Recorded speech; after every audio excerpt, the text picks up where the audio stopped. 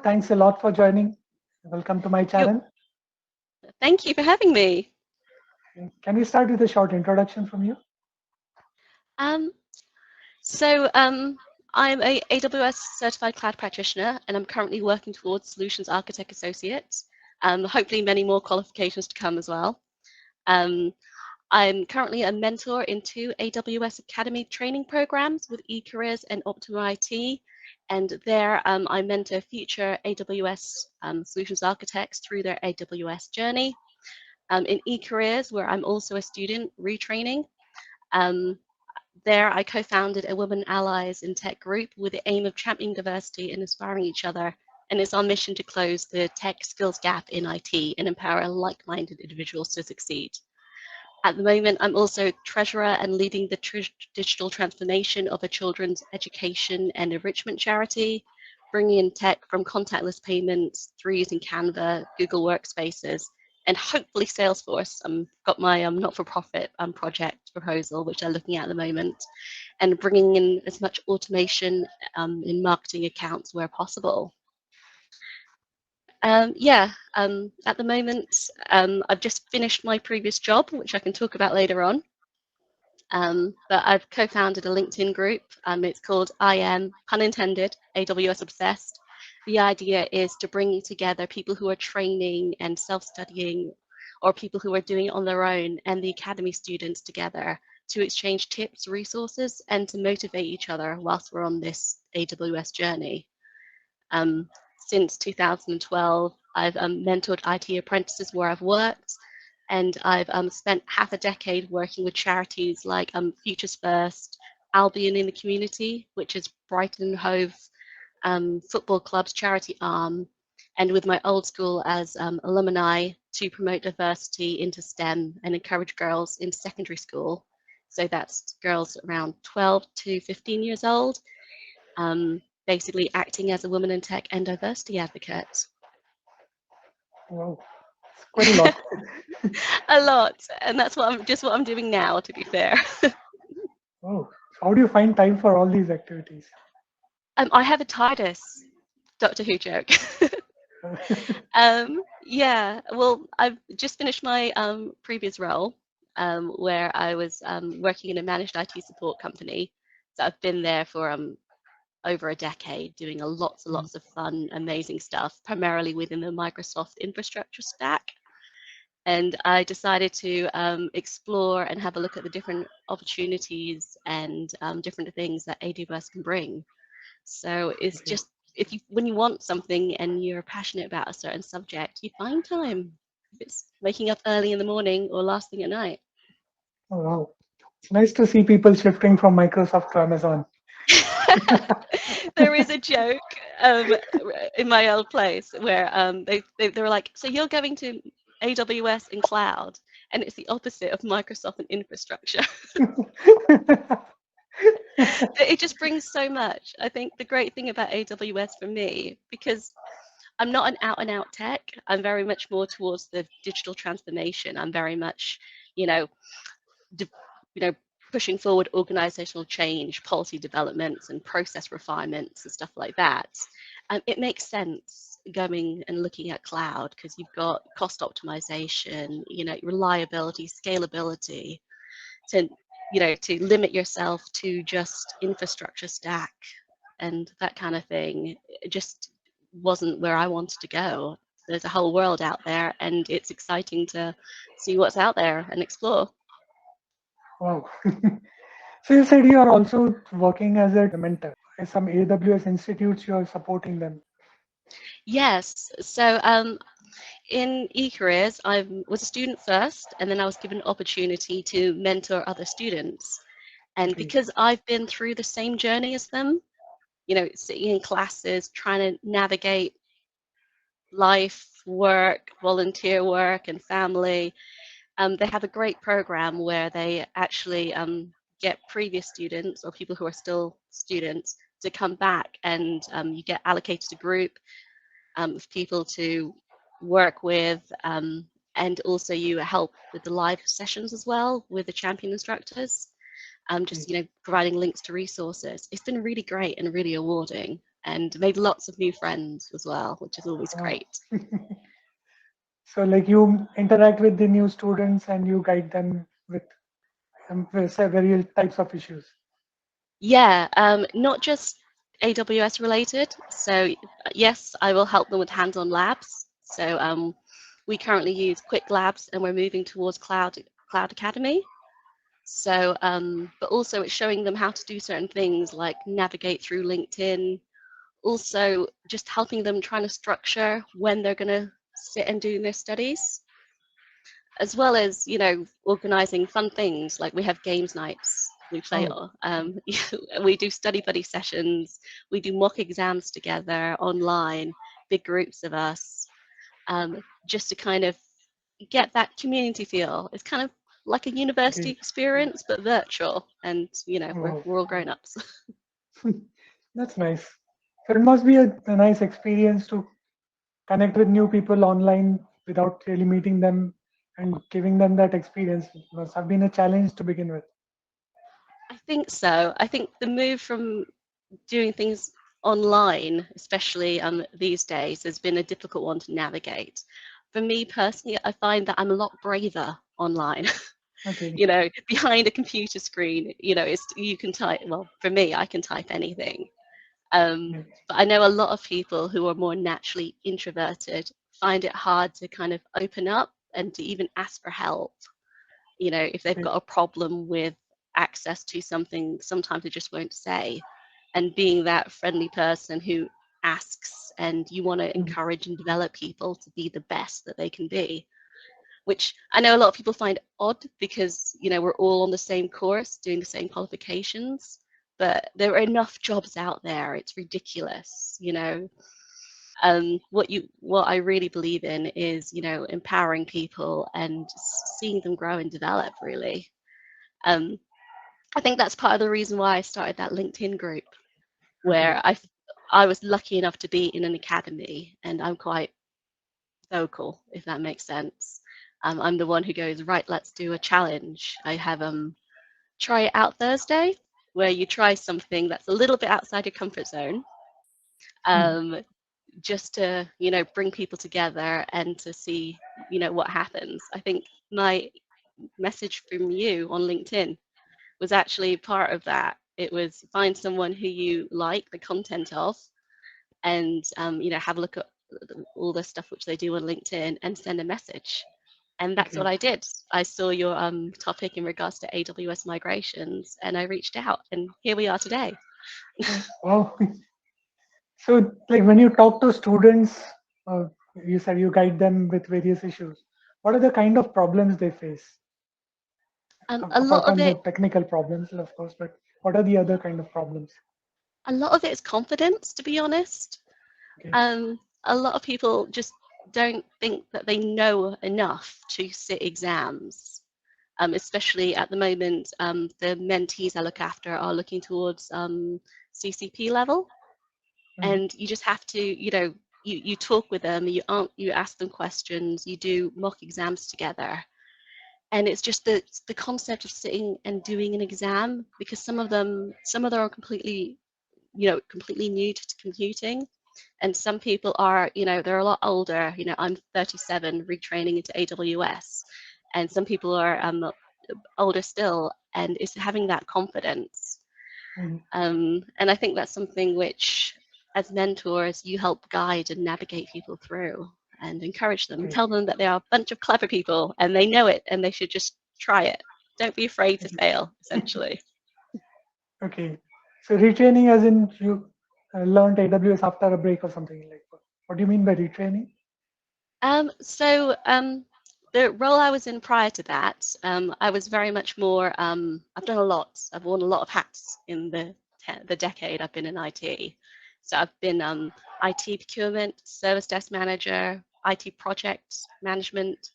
I've done systems integrations, and I've architected solutions against that company's technology stack. So things like online backup, VoIP, connectivity, and Microsoft servers, essentially. Um, but it was all very small business. It was a managed IT support company, um, completely different to cloud computing and the opportunities and the bigger companies that AWS can bring. Okay. So what are the kind of challenges, like I can understand students coming into in the institute, freshers who want to understand, they have some kind of different set of problems. But when people are shifting into a domain, I'm sure there are entirely new set of problems. Yes. So what were the problems Um, that you faced and you've seen others face? yeah, of course. So problems that we've encountered has been sometimes it's just basic things like have you ever done hands-on labs where you've got this like sandbox environment where you're able to design and make and build things, but obviously it won't have any billing repercussions or anything like that, as opposed to doing it inside your management console. But certain things, just like having two screens, you have people who are struggling and trying to just use one, but also I think there's so many resources out there with training. You've got Digital Cloud, Tutorial Dojo, you've got Adrian Cantrell stuff. There's so many things available. It's just navigating through all that. Hmm. One thing which I have found, which I've myself had I kind of, it's something which I go back and tell people, you kind of have to stay true to yourself and your learning style. A lot of the things that I saw was very much videos, the focus on videos, and you train from that. But for me, I'm I'm one of those people who I like to read books. I like to write notes in a orderly, color-coded fashion Okay. with keys and drawing and all that bits and pieces. I then like to go on to hands-on labs to cement that knowledge, and then I like to watch the videos to kind of go, okay, cool, that's someone else talking about all the things I already know. And that one thing I found is that people just have to figure out what works best for them. You can't copy what works for most people or your friend. It's all individual learning styles, and you've got to stay true to yourself and basically go, right, this is how I learn. And whether it's drawing mind maps or drawing on whiteboards, everything you've learned, it's just all very unique. Okay. But like it must be a challenge, emotional challenge. Like you have been a established professional in one domain, and then suddenly you're a newcomer student in another domain. Must be a Yes. emotional setback there. How did you cope up with that? um I think for me it's been more the fact that, good question actually thinking about it, I think for me it's more the fact that I'm aware of how big AWS is, and what kind of careers and opportunities they can bring. Where I was, I'd gotten to the top, if that makes sense. So towards the end, it's only a small company. So I was working on great projects. Like I brought in ISO 27001 with an external company. And it was when I was doing that and talking to the external company, talking about the companies that they've worked on and the projects they ran, it was just one of those things that whole world kind of just like opened up, if that makes sense.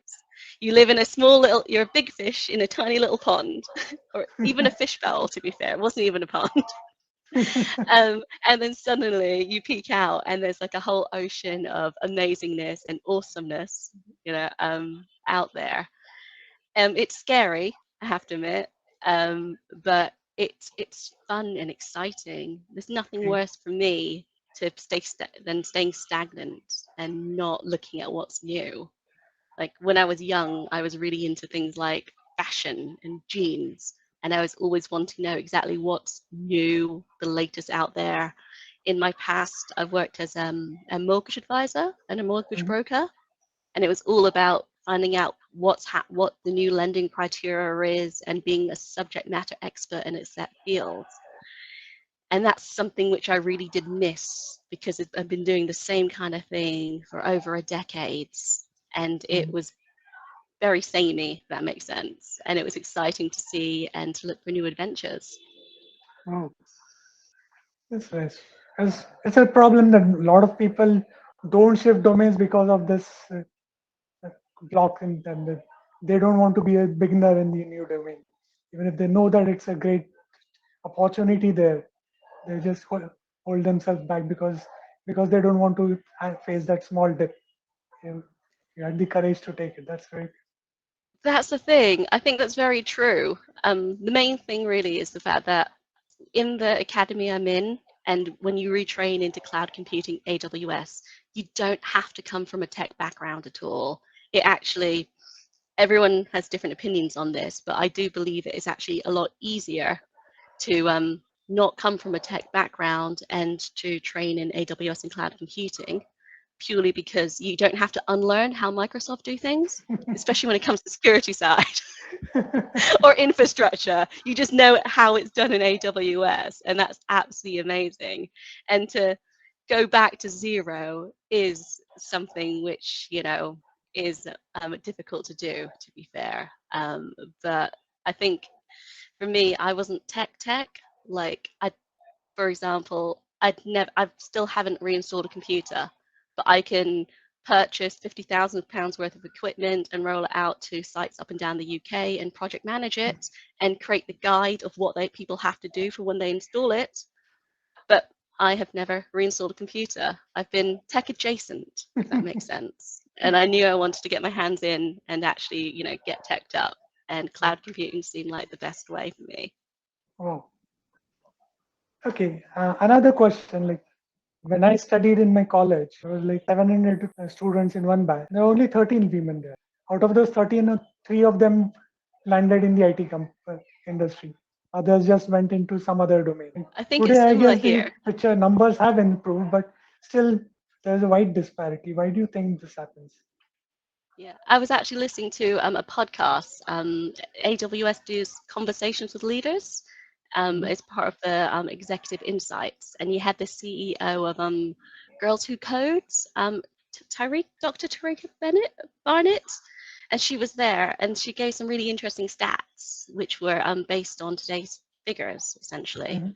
And she said that in the UK, out of the tech workforce, only 26% were women, and of those 26%, 50% of these women in the tech industry leave it by the age of 35, which I thought was really interesting. And obviously, one thing which I really am passionate about and something I do believe in through creating that Women and Allies in Tech group, and also being part of so where I'm a mentor in the AWS Academy, I'm also a mentee because I've got a lot to learn.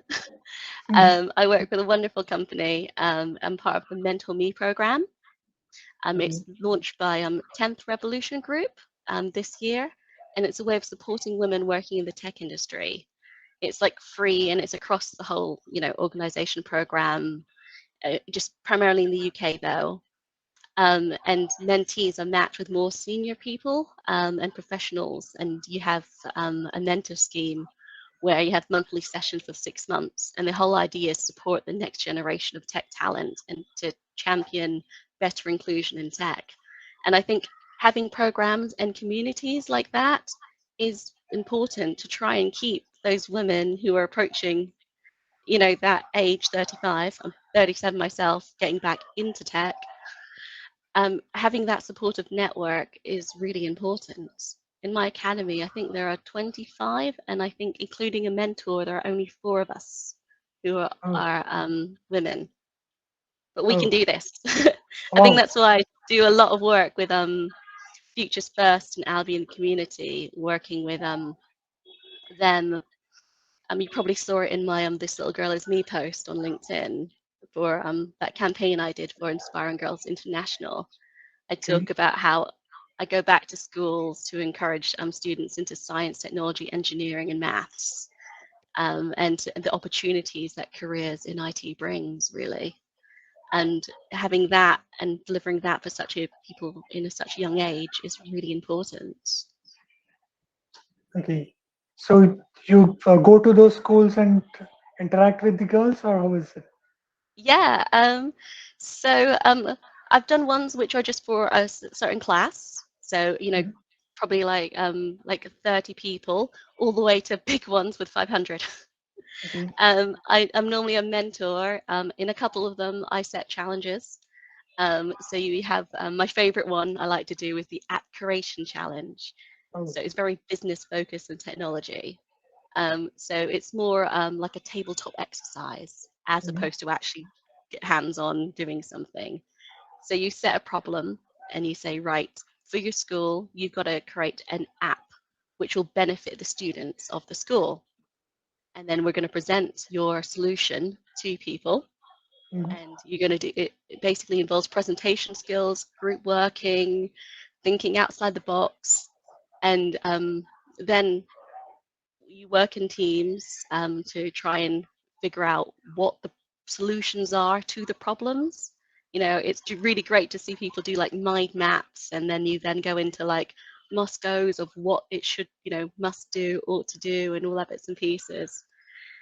And yeah, it's a really great exercise and gets people thinking that there's so much more to tech. It's not just sitting.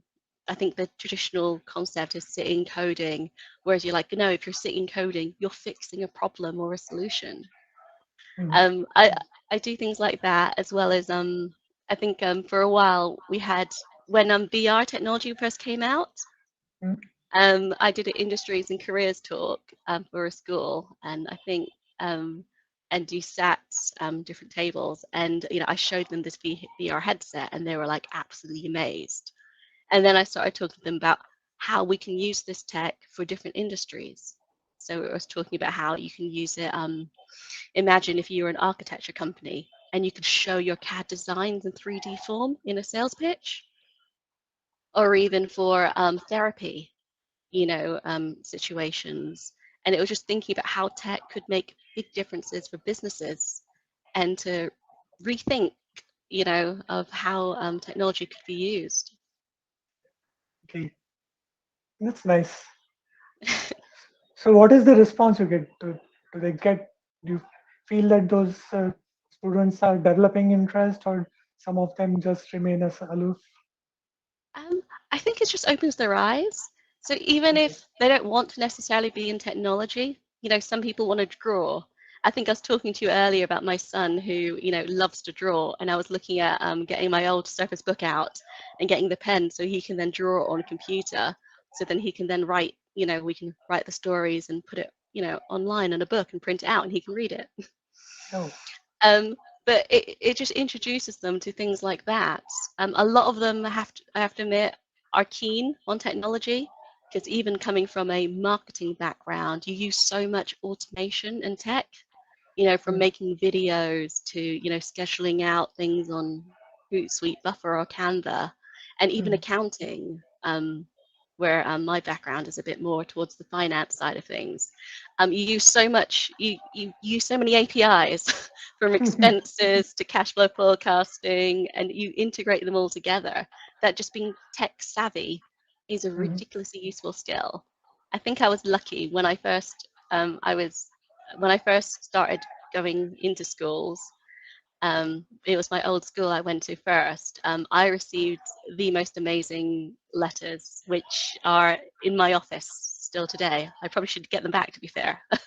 But hanging them up, and they were just wonderful letters from students saying that, you know, we have opened their eyes to the different things that they could look into.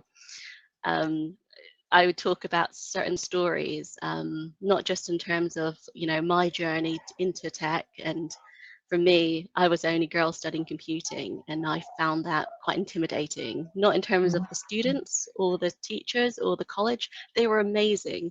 It was just me getting in my own head, sitting there with a bunch of guys. You know, I did great. I got ridiculously good marks in my exams, but I just didn't want to be in the lesson because I just felt Okay. awkward.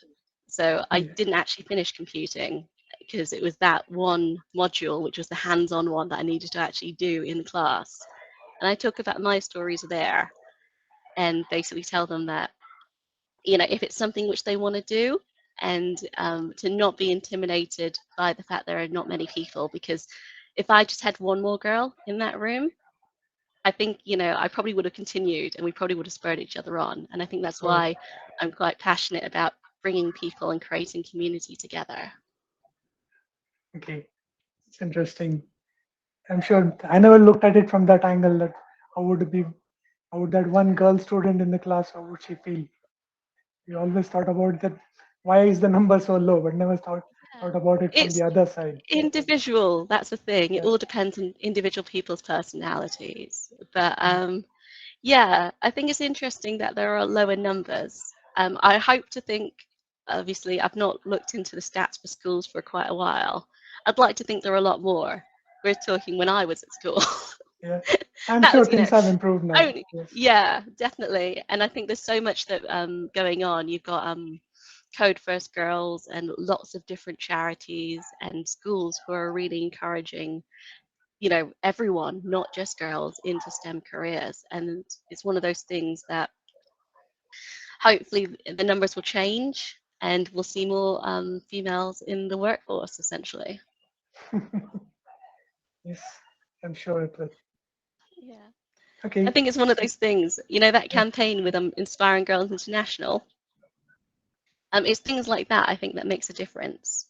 Yeah. Because what they do is that they connect people with female role models, and they introduce people at that young age, between 10 to 15 years old, to different careers, not just tech, just to inspire people. And I think it's things like that which hopefully will make a difference. I know myself, I was inspired to even join in that campaign by one of the stories I read was from Nabila, she's on the board of 10th Revolution Group, and her story was just amazing, seeing her journey. And it's one of those things that, those stories are there to inspire girls into tech, but to be honest, it inspired me as Mhm. well. Interesting. Okay, so you said you are also organizing some communities around AWS. Like, what does it take to organize a community? Do people join when you call them, or did you have to take some effort to build the community, or A little how bit of was that? both. So Okay. I'm quite lucky. I'm part of two amazing, amazing training providers with the AWS Academy that you're able to. We have sessions which are run by students for students. So I've done quite a few myself. I tend to do more SSA mock exam prep, where we go through a mock exam together, and some people come on video and talk. And the other session I had last night, more people were on chat doing the answers and stuff like that. Um, but yeah, because I'm part of those amazing academies, we just post and people come. And that's one Okay. thing I really found, that when I was talking to people on LinkedIn, they were retraining on their own. Um, Hmm. we were exchanging resources on a one-on-one basis, sending links to, like, the Cloud Resume Challenge, for example, that Forrest has done. I'd send a link to that. They would send me some amazing links for something else. And that's when I realized that I kind of need to think bigger, because Hmm. there are people who are not part of these amazing programs and who are doing it on their own or with their family or just with their friends. And I think that's why, if I find people, I kind of, we reach out, we chat, and then I say, hey, I've got this group on LinkedIn that I am AWS Obsessed group. Let's, club together and we can exchange tips and resources and form that community. I think there are Okay. also AWS local meetups as well, which are international, which I need to look into as well. Okay. That's nice. Okay. So final question, like, how would you advise some newcomers to the industries, maybe a college graduate or somebody who is making a lateral shift into the IT industry? How would you advise them? What is the steps to be taken? Oh, good question.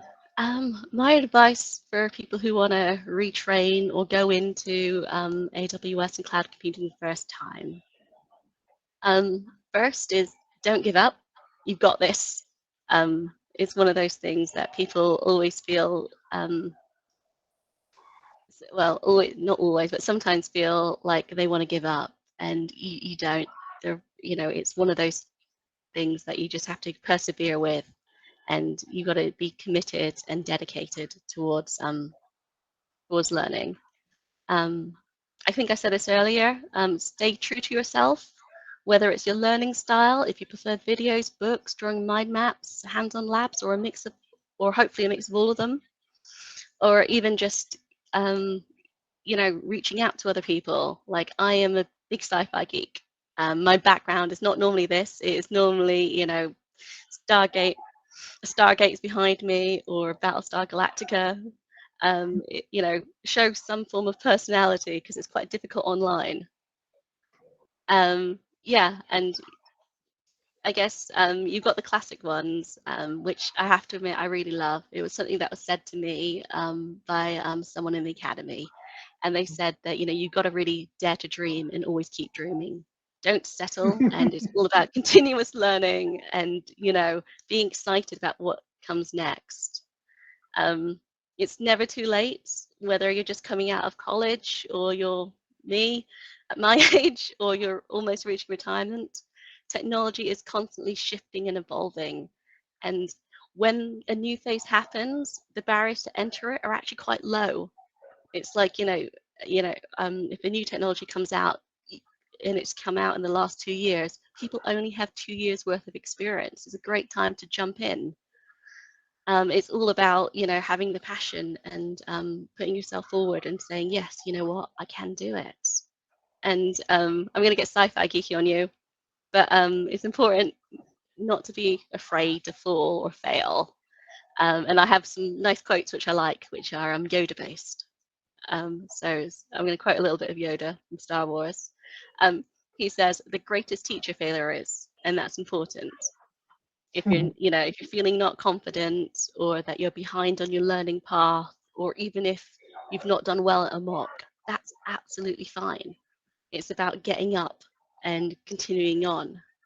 And also, he also says you've got to pass on what you've learned. So share your knowledge and give back. We're all in it together. And, you know, it's a journey that we all go through. So it's just making sure that if you know about something, and you know that it'll benefit someone at some point, like with the mentoring work which I do, it's great to reach out. Wow, that's nice. You have given a good set of inputs, like your own journey And I of quoted Yoda. your own journey is a good example for a lot of people, because you have shifted a lot of domains and you have gone through, like, being a mother and a professional is a very rare skill that many people have to do it, but very few are able to do it so efficiently. It's a giant balancing act. Yes. I'm in sessions a lot. My boys are absolutely amazing. Mhm. We know it's for a reason.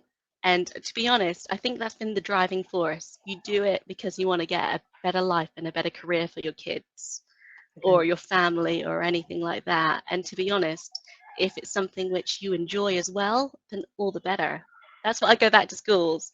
When I went to uni, and I'm not sure if you know this, but I actually at college, I didn't finish computing, so I went to uni and I just looked at the grades that I got for GCSEs and A levels, and I just picked the top ones.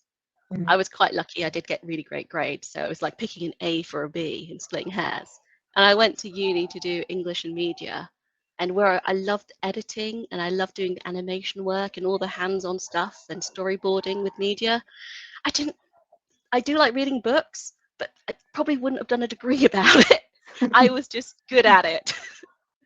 And, you know, I prefer the business side and the computing. And it's one of those things that when you study for something, it's great to not just be good at it, but also to be passionate, because being passionate about something will propel you to do well. Mhm. I reckon that if I'd stuck with business and computing, who knows where I'd be right now. That's nice. I'm sure a lot of our audience will benefit from this. A good inspiration for many. Oh, thank you very much. And thank you for having me. It's been really great. Okay. And I love reading all your stuff that you post out as well. And it's Okay. interesting to Thanks. see even yourself. You're talking about how you've come from the AI background. Yeah. Um, and then your interest is also in regards to migrations and stuff and how that evolves and shifts over time. Yeah, I've been just dabbling with various technologies. There's so much out there. It's exciting. Who Yeah. wouldn't want to be in?